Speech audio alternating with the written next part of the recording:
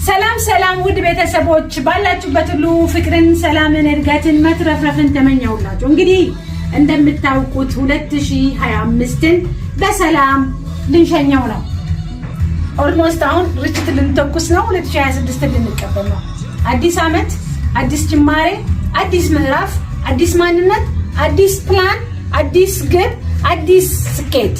እንግዲህ አዲስ ማንነትን ተላብሰን 2026ን ልንቀበል ነው። እንደምትመለከቱት ከተላላቅ ሊደሮች ጋር ከጀግኖቼ የአገር ኩራት ባለ ራዕዮች ያለፈውን 12 ወር ሳይደክማቸው ሳይታክታቸው ሲሰሩ የቆዩ ዛሬ እንግዲህ 2026ን ለመቀበል ተዘጋጅተን እቅዳችንን ጨርሰን በጣም ደሳስ በሚሉ ታላላቅ ዜናዎች በጣም ደሳስ በሚሉ ሐሳቦች ደሳስ የሚሉ እቅዶችን አስቀምጠን 2026ን ልንቀበል ነው።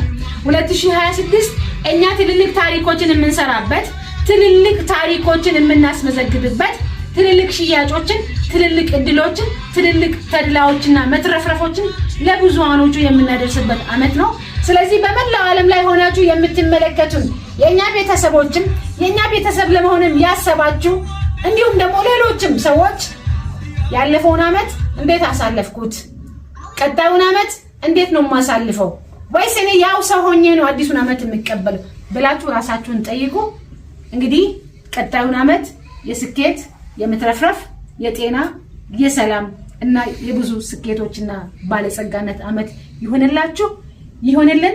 እንኳን አደረሳችሁ።